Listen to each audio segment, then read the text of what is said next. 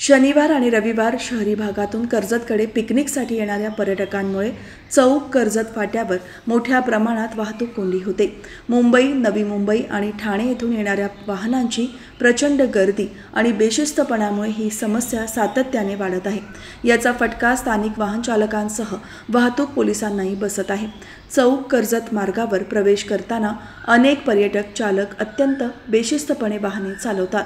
पुढे जाण्याच्या नादात ते लेनची शिस्त मोडतात, ज्यामुळे एका पाठोपाठ एक गाड्या अडकून पडतात। या फाट्यावर बस स्टॉप, रिक्षा स्टँड आणि हॉटेल असल्याने गर्दी आणखी वाढते। येथे विभाजक नसल्यामुळे वाहन चालकांना मोकळा रस्ता मिळतो आणि ते मनमानी पद्धतीने वाहने चालवतात। सुट्ट्यांच्या दिवशी वाहतूक पोलीस तैनात असले तरी अनेकदा त्यांना परिस्थिती हाताळणे कठीण होते। या वाहतूक कोंडीचा सर्वाधिक त्रास स्थानिक नागरिक आणि स्थानिक वाहन चालकांना होतो। त्यांना आपल्या दैनंदिन कामासाठी याच मार्गाचा वापर करावा लागतो, परंतु पर्यटकांच्या बेशिस्तपणामुळे त्यांना मनस्ताप सहन करावा लागतोय।